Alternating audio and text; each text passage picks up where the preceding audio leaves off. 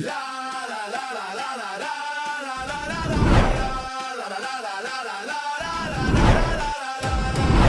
sfida è qui, il cuore batte forte, un solo tiro cambia la sorte.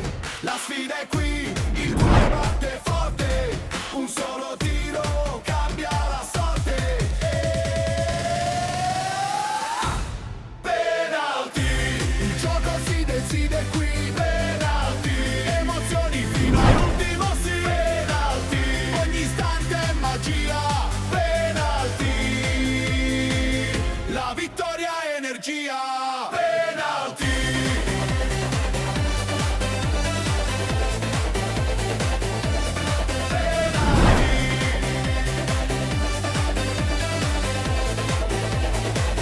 La vittoria è energia.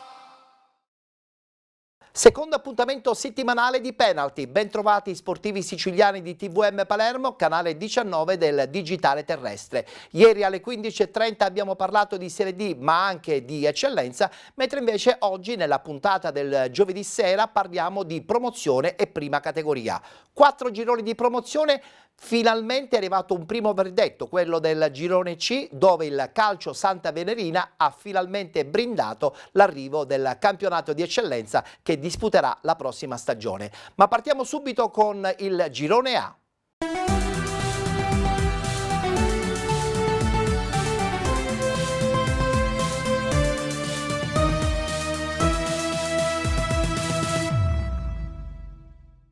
Domenica si è giocata la 13ª giornata, eccola qua la schermata dei risultati.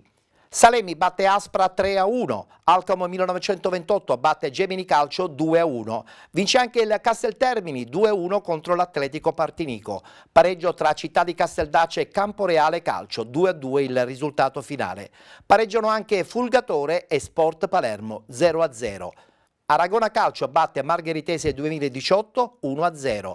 Vince facile il Mazzara 1946, 9-2 contro il Terasini Mundi. Ed infine Valderice Calcio batte Città di Marineo Calcio 2-0.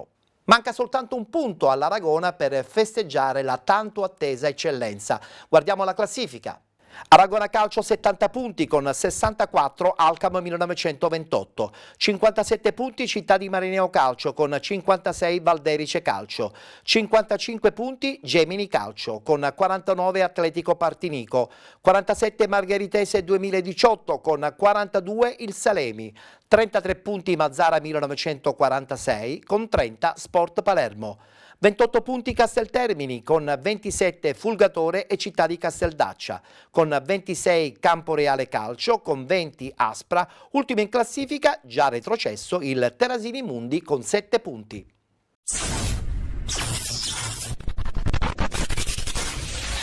Che dirti, siamo contenti, abbiamo lavorato per questo. Era giusto cercare di salvarti il prima possibile e siamo riusciti a farlo matematicamente con 2 giornate d'anticipo. E quindi dai, adesso diamo un po' di relax anche ai ragazzi che hanno lavorato bene in queste ultime 2 settimane. Era una partita importante, ti dico la verità, insidiosa, perché preparare queste partite spesso dal punto di vista mentale non è facile. Che giochi con una squadra già retrocessa e quindi possibilmente ci potrebbe essere anche un calo di tensione o magari inconsciamente si può anche snobbare la partita. Però siamo stati bravi, i ragazzi sono stati bravi a interpretarla bene, abbiamo subito sbloccato e quindi poi è venuto giustamente tutto in discesa. Devo ringraziare i ragazzi che si sono messi subito a disposizione nonostante le difficoltà. Quindi da questo punto di vista li posso soltanto ringraziare perché hanno fatto il loro lavoro, quello che erano tenuti comunque a fare, però non è sempre scontata come cosa. E poi, che ti devo dire, sicuramente questa squadra potrebbe essere una buona base di partenza, ovviamente poi questo lo dirà il tempo, perché dico, potremmo parlare da qua a 2 o 3 mesi, ma dobbiamo capire poi effettivamente quello che si farà. Io sono stato chiamato semplicemente per cercare di rialzare un po' il livello morale della squadra e penso che poi ai numeri ci siamo un po' riusciti e quindi questo, poi quello che riserverà il futuro lo vedremo dopo. Ho pensato che era giusto dare comunque fiducia e spazio alla squadra, perché li ho visti lavorare bene, l'ho letta così, ho avuto questa sensazione, quindi l'ho voluta guidare dalla panchina e quindi penso che lo farò per le altre ultime 2 partite, perché è giusto anche così avere un certo poi distacco nel finale di campionato. Penso che il nostro linea di marcia è stato giusto, forse manca qualche piccolo punticino perso, però poi dal mio arrivo abbiamo vinto le partite che dovevamo vincere. Forse l'unico rammarico era questa sconfitta ad Aspra, che secondo me ci poteva stare un pareggio, ma eravamo proprio 11 persone contate dentro il campo e quelle che erano dentro il campo non stavano nemmeno al 100%. Quindi diciamo che fondamentalmente il linea di marcia è stato giusto. Abbiamo vinto le partite che dovevamo vincere e penso che poi alla fine, quando tu ti salvi, diciamo, 2 partite in anticipo, penso che sia un messaggio sicuramente positivo. Una tranquilla salvezza e certo nella metà campo, in metà campionato non è stato così, però poi alla fine abbiamo ottenuto quello che ci eravamo prefissati.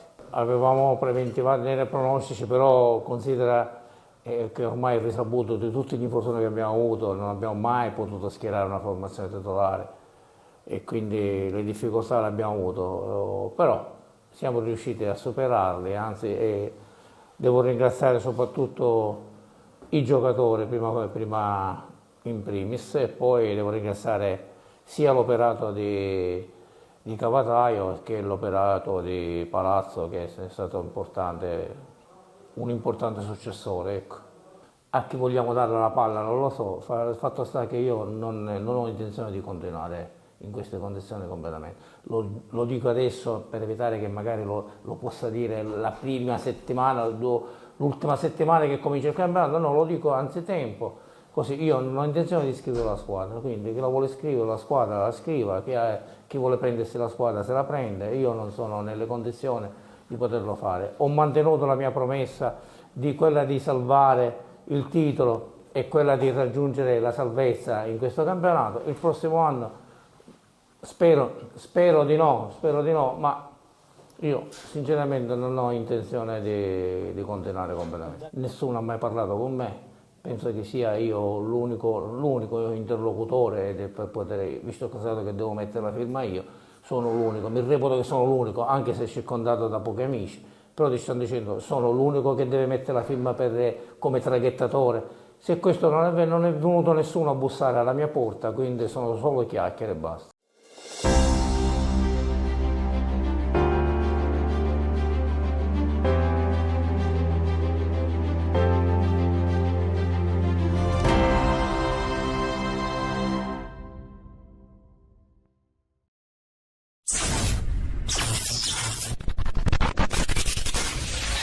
Domenica arriva l'Alcamo, finalmente ci rincontreremo per disputare questa penultima partita, giocandocela come abbiamo fatto fino ad oggi, come abbiamo dimostrato oggi, con questi meravigliosi ragazzi, con questo meraviglioso pubblico che ci è venuto dietro, e vedere di disputare una grossa partita ed arrivare a raggiungere la matematica con questo punticino. Ora questa settimana è importante, io domenica mi preme richiamare a gran voce il meraviglioso pubblico di Aragona di partecipare in massa, perché questi ragazzi lo meritano, la società lo merita e per quello che hanno fatto fino in questo momento. Mi preme dire di non sottovalutare la situazione Alcamo, di allenarci costantemente come abbiamo fatto fino ad oggi, per domenica arrivare nel migliore dei modi e raggiungere un risultato positivo per poter festeggiare questa benedetta promozione. La Margheritese ha giocato la partita fino al 100° con grandissima intensità, però oggi i miei ragazzi hanno dimostrato di essere stoici perché hanno saputo gestire la gara al meglio, hanno concesso poco agli avversari, non era facile, però penso che oggi mettiamo una seria ipoteca alla vittoria del campionato. Anch'io mi sono emozionato perché oggi è stata la vittoria di una città che aspetta da tanto tempo questa benedetta eccellenza, e penso che domenica noi traguarderemo l'obiettivo. Noi domenica giocheremo per vincere la gara perché vogliamo ulteriormente dimostrare che l'Aragona Calcio è la squadra che nel corso della stagione ha espresso il miglior calcio e i 70 punti ce li siamo guadagnati tutti sul campo giocando a calcio e domenica lo dimostreremo. La classifica dice questo, a meno di clamorosi ribaltoni da parte delle indagini della Procura federale, quindi mi piace soffermarmi sul senso di ospitalità che ci ha offerto la Margheritese, davvero brave persone, pubblico sportivissimo. Poi la partita in campo è stata combattuta, è stata sporca perché comunque questo campo non permette uno scorrimento veloce della palla, una partita a tratti da Premier League per intensità, ribaltone di fronte, però credo che il secondo tempo siamo venuti un po' fuori meglio noi fisicamente e secondo me la vittoria è meritata. C'è tantissimo lavoro, c'è tanto sacrificio, tante rinunce, trascurare la famiglia, trascurare il lavoro, tantissime componenti che alla fine poi fanno la differenza.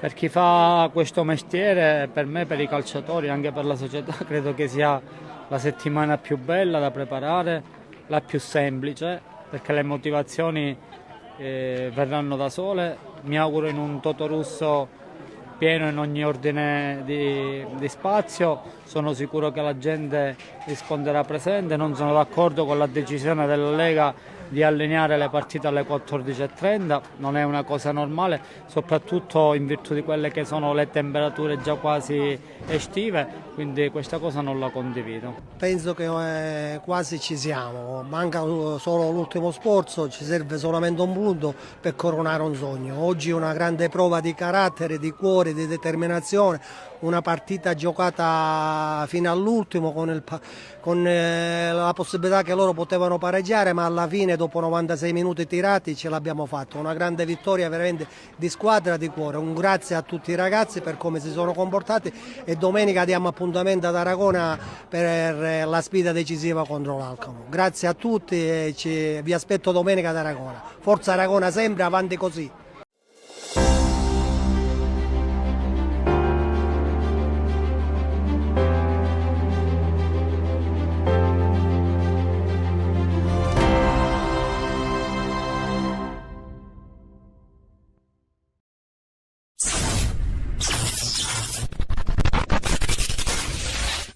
Principalmente ci dà punti per arrivare a questa salvezza, però oggi magari siamo stati un pochettino più fortunati a fare dei gol e chiudere la partita, ma le altre partite vi posso assicurare che Casteltermine non meritava assolutamente di perdere anche in casa con la Margheritese. Però andiamo avanti, io l'avevo detto, c'è di soffrire, cercare di recuperare energie, perché i ragazzi non so perché, però fisicamente accusiamo qualche piccolo problema.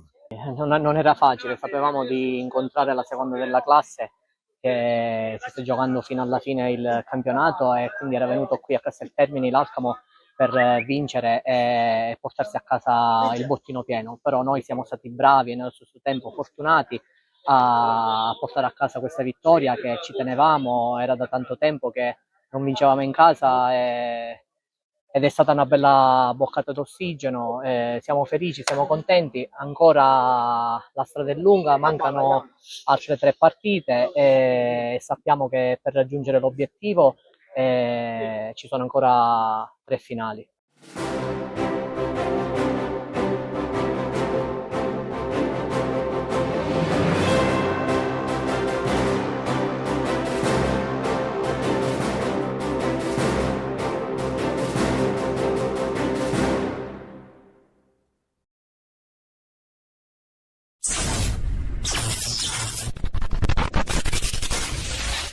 Continua l'ottimo momento dell'Alcamo 1928 che, nella 28esima giornata del campionato di promozione Girone A, supera il Gemini per 2-1, confermando uno straordinario rendimento tra le mura amiche. I bianconeri proseguono infatti il loro strepitoso cammino casalingo. Su 14 partite disputate sono arrivate ben 13 vittorie e un solo pareggio. Ma andiamo alla cronaca. Il primo tempo è tutto di marca bianconera. Gli alcamesi partono subito forte e al 20° trovano il vantaggio. Cross perfetto di Cottone e colpo di testa vincente del numero 9 Lentini che supera il portiere biancorosso Sogliese e firma l'1-0. L'Alcamo continua a spingere e al 33esimo sfiora il raddoppio con Rosone che, approfittando di uno svarione della difesa agrigentina, si ritrova solo al limite dell'area e tenta un pallonetto neutralizzato però senza difficoltà dall'estremo difensore ospite. Il raddoppio arriva comunque al 40esimo al termine di una splendida azione. Cottone recupera palla nella propria metà campo anticipando Licata e si lancia in contropiede. Arrivato al limite dell'area serve Rosone che appoggia nuovamente all'indietro per lo stesso Cottone. Il tiro del terzino trova la deviazione di tacco di Lentini che firma la doppietta personale e il 2-0 con cui si chiude la prima frazione. Nella ripresa il Gemini cambia atteggiamento e alza il ritmo. Al 52esimo episodio chiave, cross in aria, deviazione di Seiter e tocco del capitano Lo Monaco con la parte alta tra spalla e braccio. Per l'arbitro è calcio di rigore tra le proteste dei bianconeri. Sul dischetto si presenta Stassi che spiazza il numero 1 bianconero Misseni e accorcia le distanze. La gara diventa più intensa e combattuta, ma resta nei limiti della sportività grazie alla correttezza dei giocatori e alla gestione dell'arbitro. Il Gemini prova a rendersi pericoloso soprattutto su alcune palle inattive dalla tre quarti, senza però creare veri pericoli alla difesa dell'Alcamo. All'85esimo ancora protagonista Cottone, punizione dalla distanza che sorprende Sagliese ma si stampa sulla traversa. Nel recupero è Rosone ad avere la chance del 3-1 ma il portiere ospite salva con i piedi. Dopo il triplice fischio è festa per i bianconeri di Mister Virga che rimangono a meno 6 punti dall'Aragona capolista e domenica prossima è in programma proprio lo scontro diretto in casa della prima della classe, un big match che potrebbe dire molto sul finale di stagione anche in attesa della decisione della Procura federale sulla gara Casteltermini-Alcamo.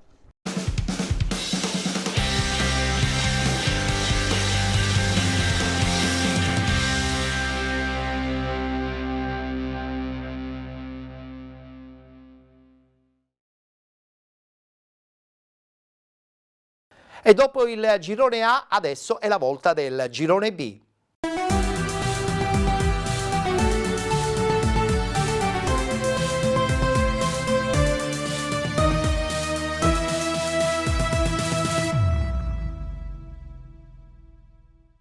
È quasi fatta per il Lascari Cefalù, manca ancora però la certezza matematica, seppur vincendo questa settimana fuori casa. Guardiamo i risultati di questo girone B. Città di Villafranca batte Futura 3-0, Orlandina Calcio batte Città di Mistretta 5-1, vince fuori casa, così come abbiamo già detto, il Lascari Cefalù 1-0 contro la Sant'Angiolese. Torregrotta 73 batte Aluntina 3-1, Comprensorio del Tindari batte Nicosia 2-0, Gangi batte Nuova Rinascita 2-1. La partita Pro Falcone Monforte San Giorgio è stata sospesa al 40esimo del primo tempo per vento sul risultato a favore del Pro Falcone per 2-1. Ed infine Promende Città di Galati 2-2. 5 punti di distacco dalla seconda in classifica, 6 punti ancora disponibili, domenica potrebbe essere veramente la domenica della gloria per il Lascari Cefalù. Guardiamo la classifica. Lascari Cefalù 68 punti con 63 Orlandina Calcio, 58 Nicosia con 57 Città di Villafranca, 49 punti Promende con 40 Pro Falcone, 39 punti Torregrotta 73 con 38 il Comprensorio del Tindari, 36 punti il Futura con 35 Aluntina, 33 punti Gangi e Nuova Rinascita, 29 punti Città di Mistretta, con 20 punti la Sant'Angiolese, con 15 il Città di Galati, ultimo in classifica, già retrocesso il Monforte San Giorgio.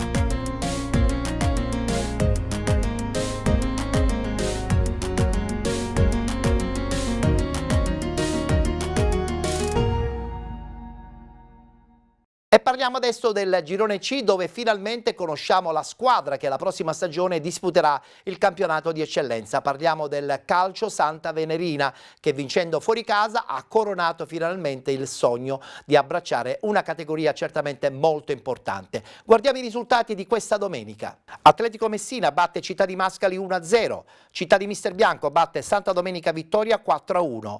Bronte Calcio 24, Ionica FC 0-0.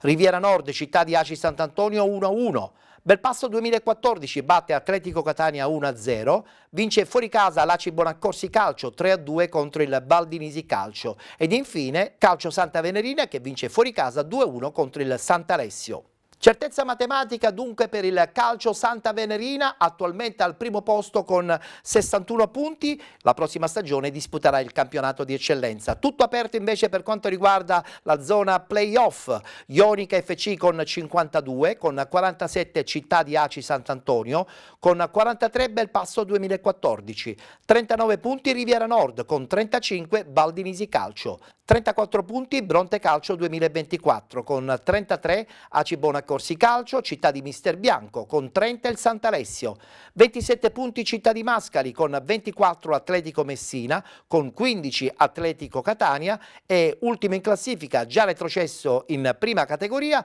il Santa Domenica Vittoria con 2 punti.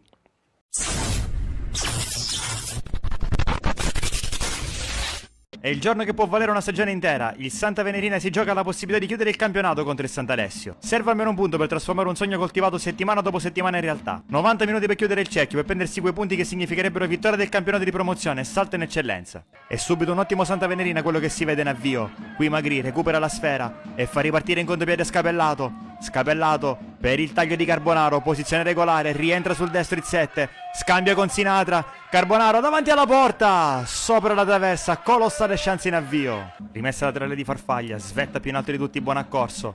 Poi Cavallaro sbaglia il tempo, favorisce Carbonaro che la spizza per Sinatra. Sinatra si presenta davanti alla Fauci, Sinatra con la punta, un'altra colossale occasione sprecata. 23esimo, Spampinato verso Scapellato, salta la pressione di Secas, poi alza la testa e va in profondità nella zona di Sinatra.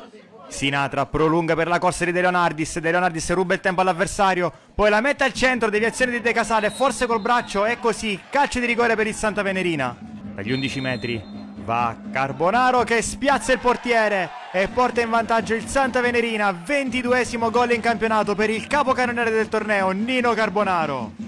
Non si ferma la spinta degli ospiti, qui Risso pressato, perde la sfera, recupera Magri, l'assist per Sinatra.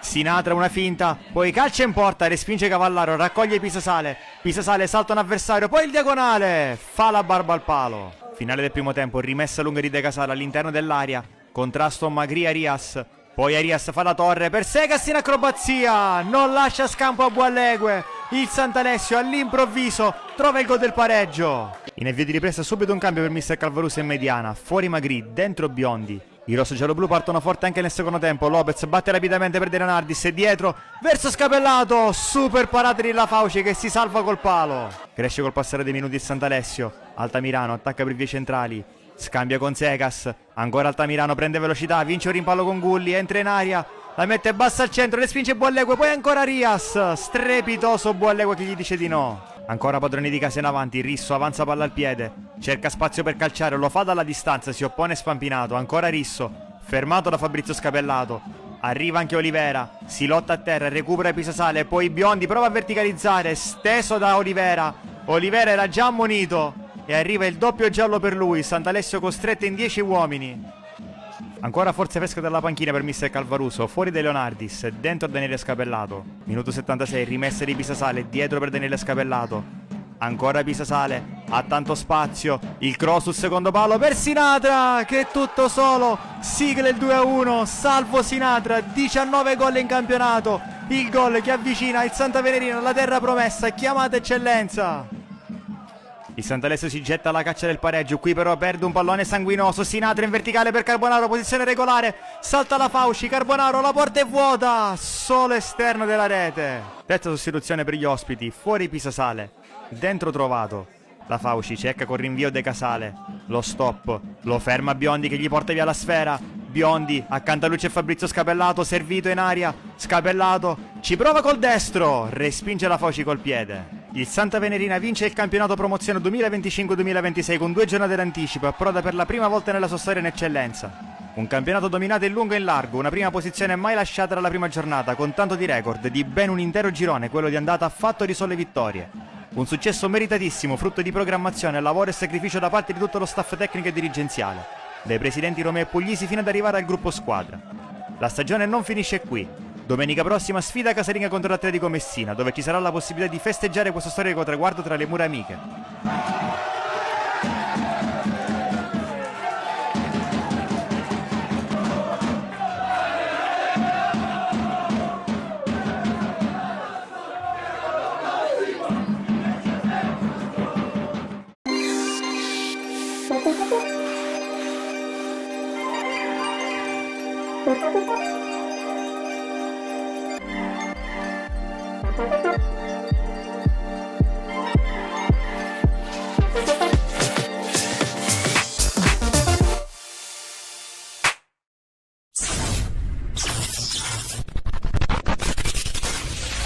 Nella terzultima giornata del girone C di promozione un Riviera Nord stoico sfiora la vittoria casalinga contro il quotato ACI Sant'Antonio, terza forza del campionato. Al Sorbello Stadium finisce 1-1, ma è un pareggio che lascia l'amaro in bocca ai padroni di casa, raggiunti proprio allo scadere dopo aver giocato in inferiorità numerica per quasi un'ora. L'avvio è tutto del Riviera, che parte con personalità creando subito una doppia occasione. Prima è Buda ad avere la palla del vantaggio, ma colpisce il palo da pochi passi, poi sulla ribattuta Arena trova la pronta risposta di Biondi. I biancorossi insistono, spingono, creano ancora ed è Portovenere ad avere la chance buona, ma il suo destro termina sull'esterno della rete. L'ACI Sant'Antonio non resta a guardare e replica colpo su colpo. Fichera prova a sorprendere Gualberti con un tiro deviato che si perde in corner. Poi è Caserta a sfiorare la traversa con una conclusione potente. Il ritmo è alto, la partita è aperta, il Riviera torna a farsi vedere con roll, ma il suo colpo di testa è troppo debole per impensierire Biondi. Poi nel recupero del primo tempo l'episodio che cambia tutto. Bertuccelli stende Massarelli lanciato a rete,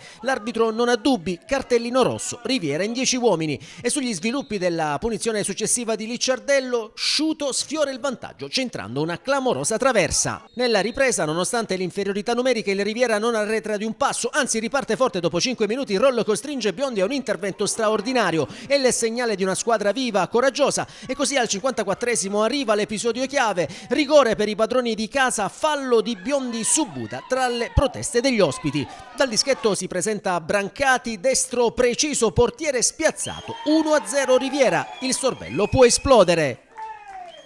L'ACI Sant'Antonio accusa il colpo ma non molla. Licciardello ha subito una grande occasione per pareggiare, ma il suo tiro trova la decisiva deviazione in angolo di Brancato. Il Riviera prova a chiuderla ancora con Roll che mette un cross velenoso che si spegne di poco alto. Scorrono i minuti, i padroni di casa gestiscono con ordine e sacrificio. Anche l'infortunio di Briganti, costretto a uscire sostituito da Mante, non cambia l'inerzia. Il Riviera sembra avere la partita in pugno, ma nel finale l'ACI Sant'Antonio tenta l'assalto disperato. Ficherra viene fermato in posizione di fuorigioco tra le proteste dei catanesi. Al 94esimo però è proprio Fichera a firmare l'isperato pareggio per gli ospiti, presentandosi a tu per tu con Gualberti e battendolo con un destro preciso nell'angolo più lontano. È il gol dell'1-1 che gela il Sorbello e regala un punto prezioso ai biancoazzurri. Finisce così il Riviera, sale a quota 39 punti saldamente al quinto posto in zona playoff. L'ACI Sant'Antonio si porta a 47 e resta terzo, ma ha dovuto sudare fino all'ultimo secondo per evitare la sconfitta.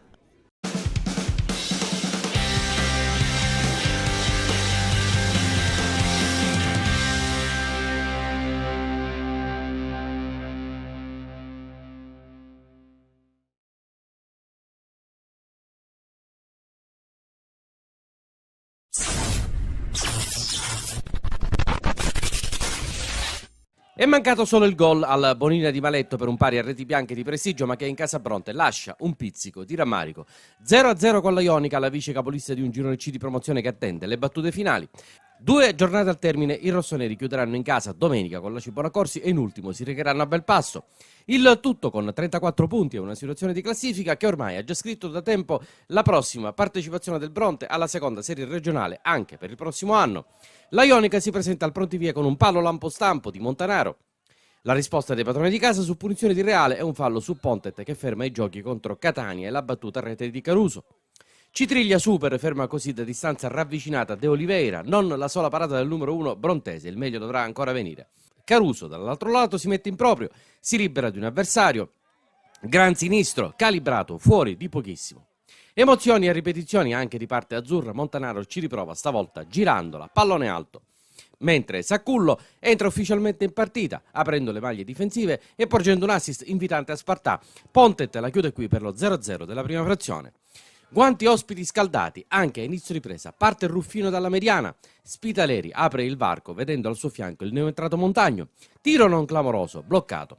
Dalla distanza Pereira per gli ospiti, brividi, palla sul fondo che rimbalza vicino al palo. Poi a gioco fermo ancora Citriglia salva il risultato su Bozzanga, tutto vano comunque mentre il replay del duello con diversa dinamica è vinto ancora dal portiere di casa che si salva in calcio d'angolo.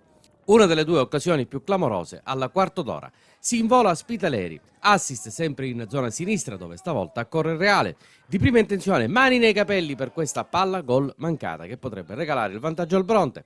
Non meno eclatante di quella che vede, dopo respinta di Pontet su punizione di Reale, andare a un passo dall'1-0 Spitaleri da distanza iper ravvicinata.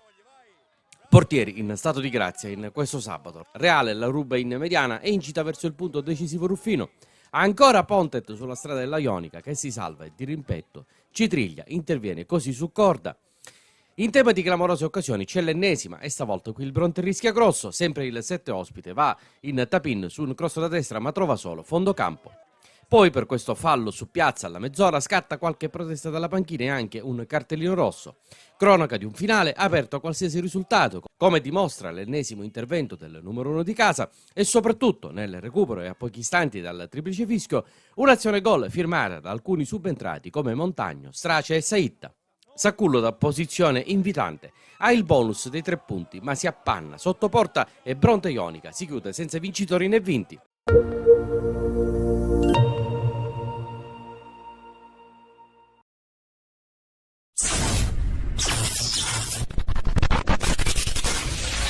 Dopo la sosta pasquale l'Atletico Messina riparte con carattere, cuore e fame di punti al Sorbello Stadium. I biancoazzurri piegano il Città di Mascali al termine di una sfida intensa, viva, mai banale. 3 punti pesanti che tengono accesa la fiammella della salvezza diretta, ora distante appena 3 lunghezze. L'avvio è subito caldo, il Mascali protesta per un contatto in area ma l'arbitro lascia correre. Sul ribaltamento di fronte l'Atletico Messina risponde immediatamente, Barbosa si coordina e calcia col destro ma il portiere ospite attento e dice di no. La gara non concede pause, gli ospiti si affidano alle palle inattive e serve un grande Previti per tenere in piedi i suoi. Si resta su ritmi alti, ancora Acucè questa volta dal limite lascia partire un sinistro preciso che esalta i riflessi del numero 1 catanese. L'Atletico spinge, Guglielmo sfonda sulla sinistra, mette un pallone teso al centro, Di Natale si avventa ma manca l'impatto per centimetri. Nel finale di primo tempo il Mascali prova a farsi vedere ma senza trovare il guizzo giusto. Nella ripresa cambia l'inerzia iniziale e il Città di Mascali a partire forte è deciso a cercare il vantaggio. Gli ospiti creano più di un pericolo soprattutto su calcio d'angolo e su punizione ma trovano sempre un Previti impeccabile, sicuro, insuperabile. E allora, come spesso accade nel calcio, dal possibile gol ospite nasce quello decisivo con Signorino che aggancia un lancio di Guglielmo, salta il portiere con freddezza e deposita in rete col mancino, il palo, poi la deviazione di un difensore accompagnano il pallone oltre la linea. Esplode il Sorbello Stadium. Nel finale il Mascali tenta l'assalto disperato ma le conclusioni non trovano precisione né fortuna. A complicare tutto arriva anche l'espulsione del numero 14 per proteste, ospiti in 10 negli ultimi minuti. Il triplice fischio sancisce il successo dell'Atletico Messina che sale a quota 24 punti, resta terzultimo ma si porta a meno 3 proprio dal Mascali. La corsa salvezza è ancora aperta, restano 180 minuti per provarci fino in fondo.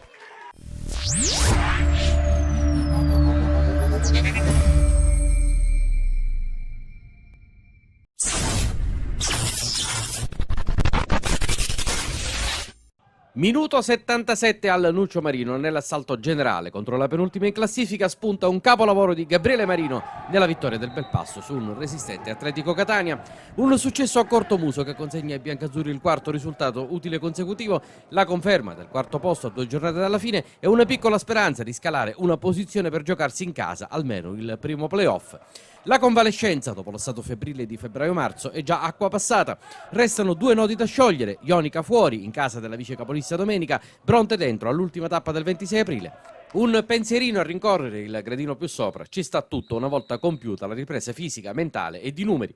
Giuseppe Paterniti è il vice di La Rosa, a lui il compito di difendere i pali. Sarà inoperoso per gli interi 90 minuti. Senza Di Perna, Santorocito e Costantino giocano Viaggio e Cucinotta e Serri di difesa, mentre i Marino agiscono in mezzo al campo e dai loro piedi parte la prima avvisaglia verso la porta catanese. Praticamente un tiro al bersaglio, come da pronostico.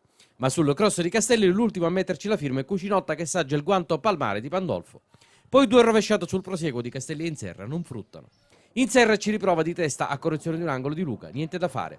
Per Castelli invece, su cross di Strano e dopo aver superato di slancio un avversario, c'è solo calcio d'angolo contro il muro rosso-blu. Strano incita la sinistra, servito da Viaggio e Tomarchio, carambola vincente per Cucinotta, Castelli lo accompagna in corsia e in mezzo a 3 fa una gran cosa funambolica, anche qui però deve accontentarsi di un tiro dalla bandierina. L'Atletico ringrazia Pandolfo per questa paratissima alla mezz'ora su testa di Marino, abile a intercettare un corner di Tomarchio. Insomma, la partita è chiaramente biancazzurra, ma bisognerà fare oltre il prodotto di un primo tempo blindato e non certo spettacolare come partita sporca comanda. Un tiro dalla distanza di Luca su giocata di Inserra apre la ripresa, poi ne fa uno pure il centravanti, telefonato dal limite sul filtro di Tomarchio. Lo 0 pari regge e non va bene al bel passo. Esce Viaggio dal retro, il lancio per Castelli non è privo di polemiche per questa uscita un po' pericolosa di Pandolfo. L'azione comunque prosegue, Luca la rimette in avanti, ma per gli attaccanti le polveri rimangono bagnate, per poi infrangere le intenzioni di gol di fronte a Pandolfo che, dopo questi fraseggi in partenza da Strano, para un rasoterra di Marino. Altro giro, altro invito a vincerla. Cucinotta spinge Inserra che Murato si aiuta con Viaggio per tentare una seconda via di accesso al gol, ma anche qui è da rinviare. Calì, oggi in partenza dalla panchina, è il primo cambio di Giuffrida, esce Cucinotta. Poi il riecco Barberi, un infortunio di peso, lo ha fermato per qualche mese. Rileva Castelli che nel frattempo su angolo di Luca ci aveva provato di testa. Barberi marca sin da subito la sua presenza con un tiro su assist di Gabriele Marino e con un tacco a liberare Tomarchio, pronto anche lui a fare i conti col portiere ospite. Poi Barberi su sponda di Calì ha la palla gol più nitida, ma deve imprecare contro la mala sorte. Anche la traversa gioca a sfavore del Belpasso, ma è questione di istanti per poter gioire, perché al 33esimo sulla punizione di Mascali, velata da Tomarchio, Marino si inventa qualcosa di specialissimo mettendoci forza, coordinazione e show allo stato puro. Per Gabri Marino è il 6º gol dell'anno, questo forse il più bello non solo per dinamica ma anche per come, quando è arrivato dentro un finale di campionato di resurrezione biancazzurra, di cui portano la bandiera Milizia, in campo al posto di Viaggio, gli under, Sapere e Randazzo che rilevano Tomarchio e il match winner, cioè Marino, che prima di lasciare ha l'opportunità del bis dal limite ma la fallisce dopo essersi messo in proprio. Quindi il 2-0 non arriva in maniera clamorosa sui titoli di coda. Sapere si sgancia quando il recupero è vicino. Calì avanza e se ne beve un paio in velocità. Barberi sul largo la mette in mezzo. Inserra non ha proprio feeling col gol. Finisce solo 1-0 per il Belpasso che da ieri è a quota 43, distante di 4 dai più vicini di classifica.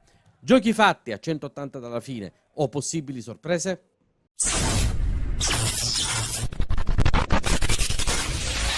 È la volta adesso dell'ultimo girone per quanto riguarda il campionato di promozione. Parliamo del girone D.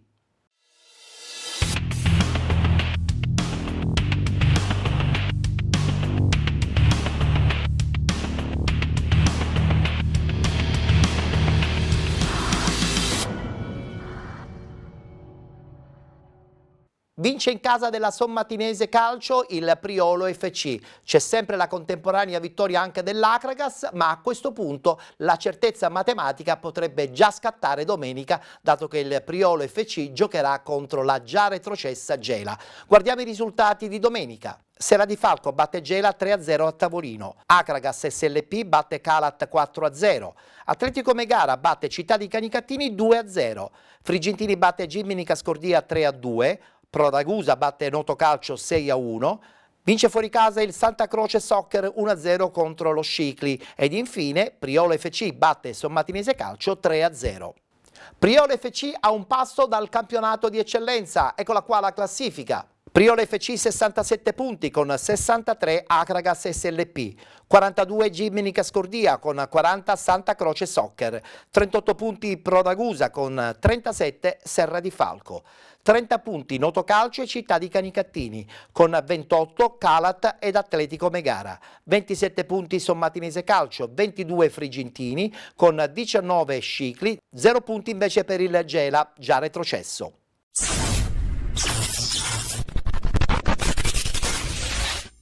Una pausa di 2 settimane dopo un bottino di 4 vittorie nelle ultime 5 potrebbe sembrare un macigno, ma se il corpo e la mente puntano entrambi un obiettivo ben preciso, la pausa non può che diventare un'occasione per aumentare il rispetto per il proprio cammino e per prepararsi al rush finale. Frigentini e Gimnica Scordia si contendono 3 punti vitali per i propri obiettivi: giocarsi in casa il play-out consolidando la terzultima posizione. Partite adesso. Il primo pressing di San Giorgio, poi la verticalizzazione verso Azzano che controlla il pallone, lo mette dentro e poi il tiro da parte di Mannino che si trova il pallone sul sinistro. Parte la battuta adesso del capitano sul primo palo, palla che rimane lì e c'è il gol dello Scordia, segnato Mattia Balba. Poi Zumbo recupera il pallone, il controllo, palla che rimbalza, palla ancora verso Mannino, di testa cerca l'appoggio per De Emanuele che si gira, chiama lo schema, palla corta stavolta per De Emanuele che appoggia ancora verso Zumbo, il cross di prima verso Lorenzo Caruso che la mette ancora una volta in angolo. Il Frigentini sulla sinistra, tocco d'esterno verso Vitale, si chiude il triangolo, Savarino cerca Concolino, non lo trova, interviene Cavallo che porta avanti l'azione, limite dell'area per Cavallo, Cavallo evita Foti, il pallone per Lomagno che prova la conclusione col sinistro, palla che va fuori, fischia l'arbitro, parte De Emanuele col destro verso la porta, palla fuori, è allargato Lomagno sulla destra, si propone Concolino, in verticale Vitale, anche Cavallo, il controllo del numero 8 che prova ad innescare per San Giorgio, sinistro di San Giorgio, altra occasione. Finisce adesso il primo tempo dopo un minuto di recupero. Adesso De Emanuele sulla sinistra che va a puntare ancora una volta Cicero, entra in aria De Emanuele dalla sinistra, prova ad evitare l'intervento di Concolino, c'è il tocco da parte del numero 4, irregolare secondo l'arbitro, calcio di punizione, la rincorsa di De Emanuele, destro al giro e trova un gol pazzesco Luca De Emanuele, grandissimo gol del numero 10 dello Scordia. Battuta, ecco De Emanuele che si libera della marcatura di Lomagno, De Emanuele guadagna la posizione per il tiro non respinto da Caruso e poi Mannino, palla invece verso De Emanuele che ha spazio sulla sinistra, può andare a puntare Gianluca Cicero che temporeggia, De Emanuele, conclusione di De Emanuele deviata da Cicero e grande parata di Lorenzo Caruso. Castani attaccato, gli portano via il pallone Vitale, Lomagno col sinistro trova l'8º gol in campionato, la riapre Diego Lomagno. Adesso Vitale, l'apertura sulla sinistra verso Macauda che può controllare, attaccato da Spampinato, Macauda si propone anche Savarino, Macauda col sinistro deviato e c'è il pareggio incredibile, ha segnato Giovanni Macauda per il Frigentini, 2-2 in 2 minuti.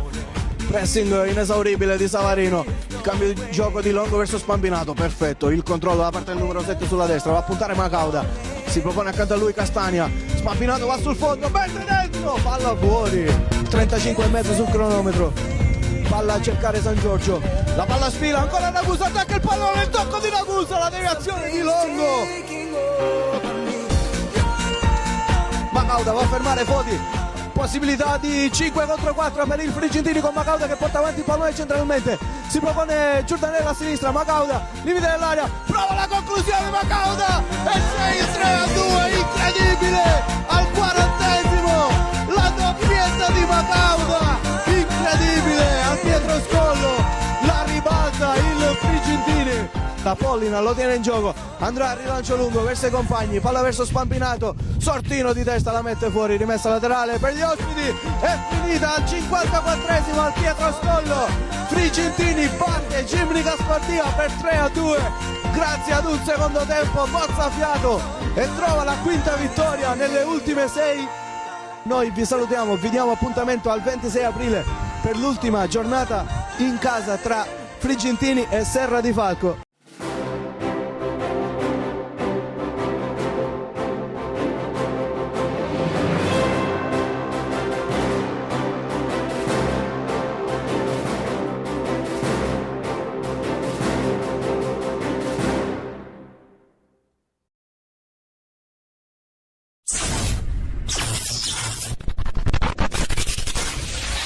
Al Comunale di Aragona torna in campo l'Agragas, chiamata a dare continuità nelle ultime 3 giornate di campionato. Gli uomini di mister Sebbi Catania sono freschi di qualificazione alle semifinali di Coppa Promozione e vogliono mantenere vivo il discorso primo posto nel torneo nel girone D, nonostante i 4 punti di distanza dalla capolista Priolo, visto che c'è anche uno scontro diretto da giocare nell'ultima giornata. Il gigante arriva all'appuntamento dopo la preziosa vittoria di misura sul campo della Gimnica Scordia prima della pausa pasquale, un successo che ha confermato la solidità della squadra in un momento chiave della stagione. Di fronte il Calat, in fiducia, reduce dal successo contro la Vigorgera, proverà a giocarsi le proprie carte senza pressioni ma con l'obiettivo di dare continuità ai risultati. Così dal primo minuto la formazione di Catania: Cagnina, Tavella, Rizzo, King, Cipolla, Ferotti, Marrone, Gatto, Tripoli, Casucci, Ten Lopez. Partiamo con racconto del primo tempo, 2 minuti. Ten Lopez, gli tacco per Marrone, il pallone finisce a Rizzo, colpo di testa a centro area da parte di Tripoli su cross perfetto e arriva all'1-0, 2 minuti, è già avanti l'Agragas. Al sesto arriva ancora un'offensiva, il cross di Casucci dopo il calcio d'angolo corto, arriva un colpo di testa in area di rigore, era tutto fermo comunque per la posizione di fuorigioco.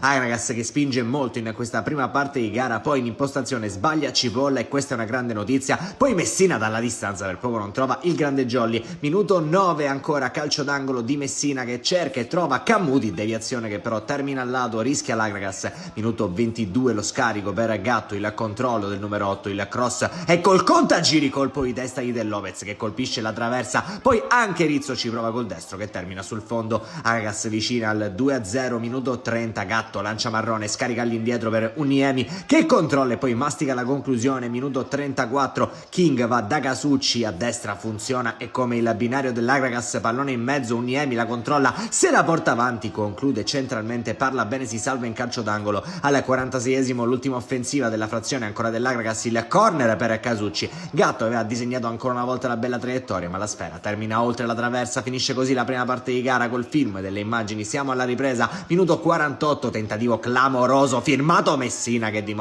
di avere un destro fuori dal comune, lo mette sulla traversa. Minuto 67, il primo tentativo di cross di Casucci viene però sventato, allora Rizzo la controlla, riscodella in mezzo, secondo palo, colpo di testa ancora King, ancora un gol importante per il centrocampista con la maglia numero 4 e ancora una volta con il colpo di testa, una delle specialità della casa a quanto pare. 71esimo, Casucci su calcio d'angolo, combina bene col compagno, conclusione, parla bene, non è perfetto, ringrazia il neoentrato Fragapane che trova il gol del 3-0, dilaga nel finale l'Agragas. Minuto 78, arriva anche un calcio di rigore, pallone scaricato all'indietro, Ten Lopez ribattuto, poi Gatto, arriva il colpo con la mano segnalato dal direttore di gara, dal dischetto si presenta un altro dei neoentrati, Messina che spiazza il portiere, fa 4-0. Minuto 91, chance anche per la quinta rete dell'Agragas con Tripoli che la mette di poco al lato. Finisce così la partita al Comunale di Aragona, l'Agragas vince 4-0, mantiene 4 punti di distanza dalla capolista Priolo. Come sempre alla prossima.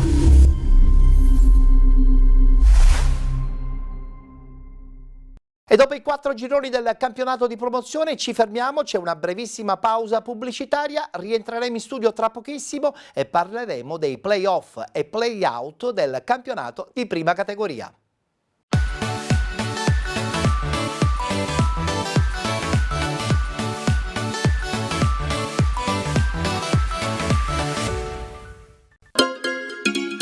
Benvenuti da Giada Immobiliare.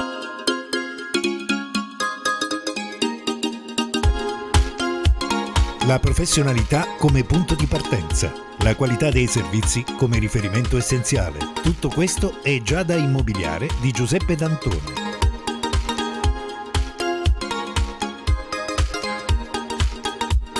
Servizi di compravendita ed affitti, supporto per concessioni mutui e consulenza finanziaria ed inoltre assistenza a partecipazione ad aste giudiziarie e consulenza tecnico-legale. Giada Immobiliare, via Etnea 734, Catania. Info 095 61 74 981 oppure 095 61 74 973. Visita il sito con le nostre proposte www.giada-immobiliare.it. Giada Immobiliare, insieme a te per comprare e vendere.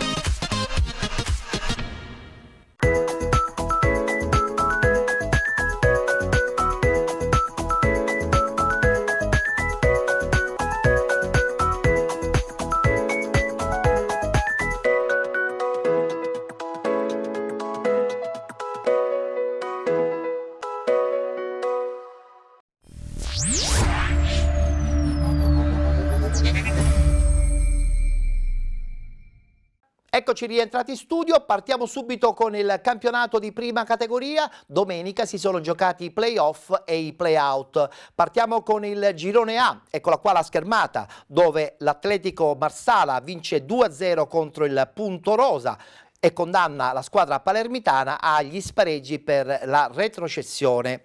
Per quanto riguarda invece i play-off, Città di Cinisi che pareggia 2-2 contro il Ribera 1954 ed il Sicilia Football Club che vince 1-0 contro l'Animosa Corleone. Sarà Città di Cinisi Sicilia Football Club la finale per quanto riguarda questo girone A del campionato di prima categoria. Mentre invece per quanto riguarda il girone B, subito la schermata dove troviamo la Belsitana Corsara 1-0 contro il Colomba Bianca, Belsitana che si salva, Colomba Bianca che va a giocarsi gli spareggi per non retrocedere. Per quanto riguarda invece i play-off, Fada Football Club batte Prizzi 3-1, Cianciana Calcio batte Alessandra della Rocca 3-2. Finalissima che si giocherà domenica tra Fada Football Club e Cianciana Calcio. Parliamo adesso del girone C, eccola qua la schermata. Per quanto riguarda i play-out, Real Gescal che vince 2-1 contro il Torregrotta che sarà costretto a giocarsi gli spareggi mentre il Real Gescal si salva. Per i play-off invece Corsara vittoria della Melas 2-1 contro l'Orsa e vince invece 2-1 la Polisportiva Torrenovese contro la Stefano Catania. Finalissima che si giocherà domenica tra Melas e Polisportiva Torrenovese. Parliamo adesso del girone D, eccola qua la schermata, Virtus Messina che vince 2-0 contro il Real Itala Franco Zagami, Real Itala Franco Zagami che sarà costretta a giocarsi lo spareggio per non retrocedere, mentre invece si salva la Virtus Messina. Per i playoff Calcio Furci batte Alcantara 4-0 e Virtus Russo Calcio che pareggia 2-2 contro il Città di Santa Teresa. La finalissima si disputerà chiaramente domenica e vedrà di fronte il Calcio Furci contro la Virtus Russo Calcio.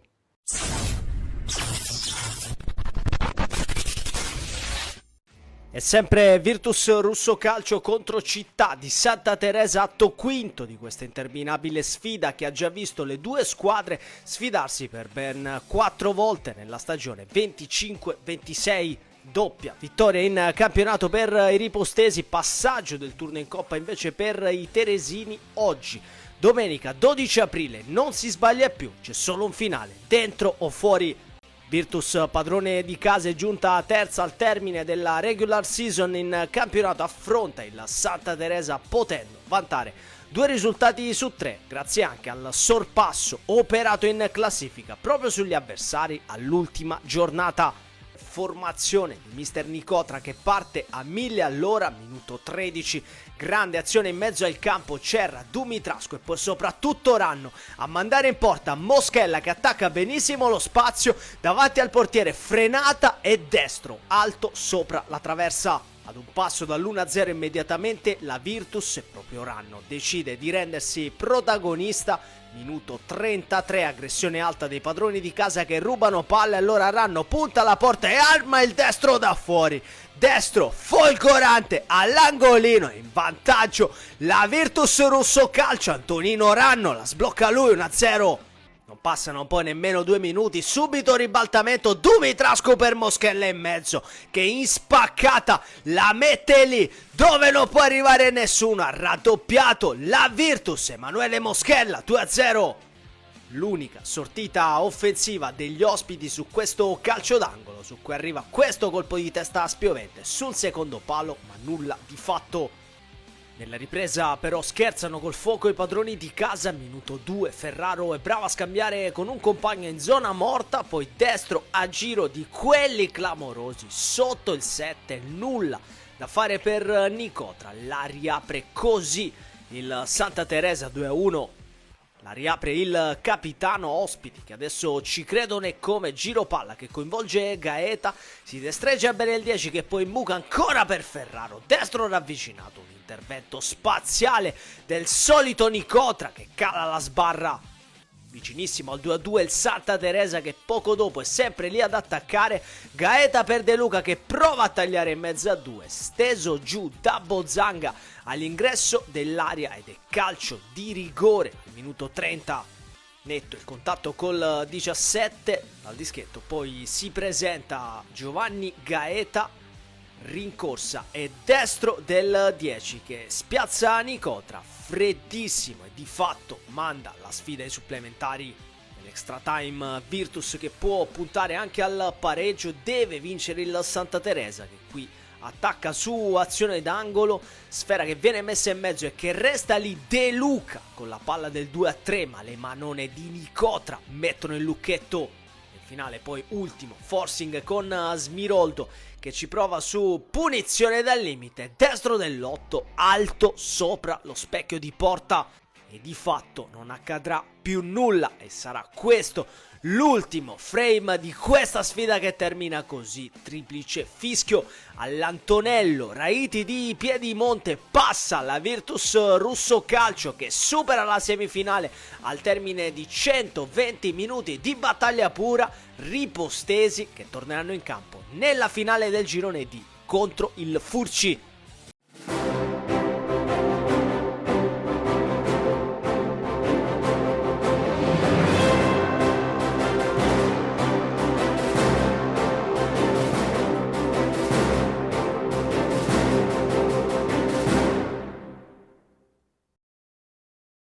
E passiamo adesso al girone E, che ha riservato certamente qualche sorpresa. Eccola qua la schermata. Per quanto riguarda i play-out, si è giocato lo spareggio tra Campanarazzo ed NB Mister Bianco. Ha vinto la squadra del Campanarazzo 3-1, che giocherà la finale play-out contro la Gira domenica prossima.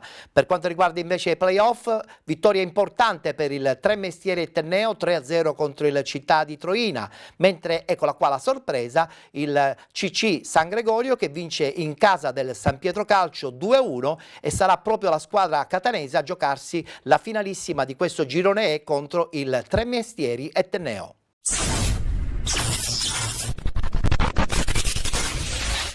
Ma guarda, io come dico ogni settimana, da qualche settimana, questi ragazzi riescono sempre ad emozionarmi ogni partita dopo partita. Oggi hanno fatto una gara straordinaria, di cuore, di voglia, di lotta. Hanno lottato, abbiamo rischiato zero, quasi zero, però alla fine penso che solo merito. Per la quinta partita consecutiva non prendiamo gol, quindi questo già è un aspetto importante. Poi ripeto, abbiamo un gruppo di ragazzi straordinari, vogliamo questo sogno che non finisce mai, quindi stiamo qui ad aspettare che si realizzi questo sogno. Vediamo dove ci porta. Io voglio ringraziare la società che ci ha permesso fino ad oggi di stare bene, di arrivare fino a questo punto. Ricordo che per loro è un obiettivo storico. Lo scorso anno hanno fatto un altro tipo di play-out, però sono contento per loro perché comunque hanno fatto dei sacrifici e se lo meritano. Sì, assolutamente. Oggi abbiamo preparato la partita nel migliore dei modi, abbiamo un gruppo fortissimo, molto affiatati, crediamo l'uno nell'altro, crediamo a tutti i palloni, l'abbiamo preparata in settimana. Io sono stato un po' più fuori che dentro, dato che mi sono fatto un po' male al ginocchio, però alla fine grazie comunque ai compagni di squadra che mi hanno incitato e mi hanno aiutato anche mentalmente a superare questa difficoltà, siamo riusciti a strappare il pass per la finale. Col mister ci siamo trovati fin da subito, è stato un amore a prima vista, lui ha creduto subito in me, io ho creduto subito in lui, ci siamo trovati e insieme siamo riusciti a creare questo bellissimo rapporto che ha portato poi i risultati che ci sono in campo. Una soddisfazione dopo un anno comunque combattuto, tante difficoltà, un girone d'andata un po' così, al ritorno siamo stati imbattuti per 12 partite, 10 vittorie e 2 pareggi. Il campo poi ha dimostrato che siamo una squadra che si merita tutto ciò.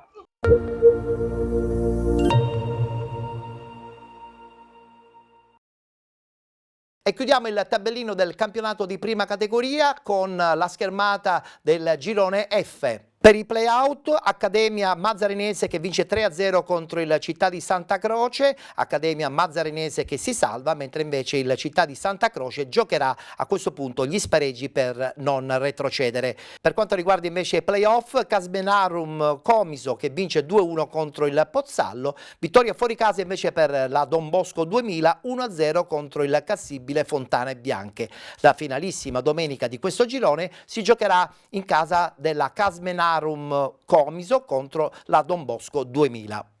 Un quadro quasi completo per quanto riguarda il campionato di prima categoria. Vi ricordo, eccola qua la schermata, il tabellino invece degli spareggi per non retrocedere che si giocheranno domenica.